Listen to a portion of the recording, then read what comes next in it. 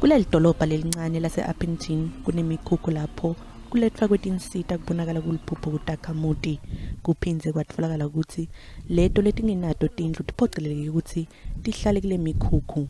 The issues is the houses. We need houses here.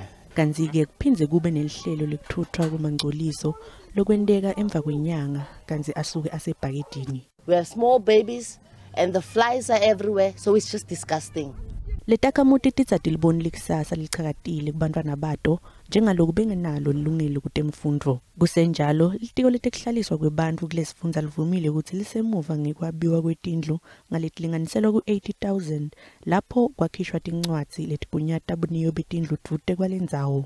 We've started a program to service sites so that at least we can give our people dignity.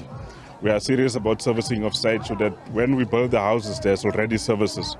Because in a number of areas you will see that people raise the issue to say that they don't have access to water, they don't have access to sanitation, to toilets, and that's why the process of servicing of sites is ongoing across the province. Takhamuti tawuvakalisa tikhalo tato kule mbizo ya Mengameli Emangcoliso Jacob Stadium.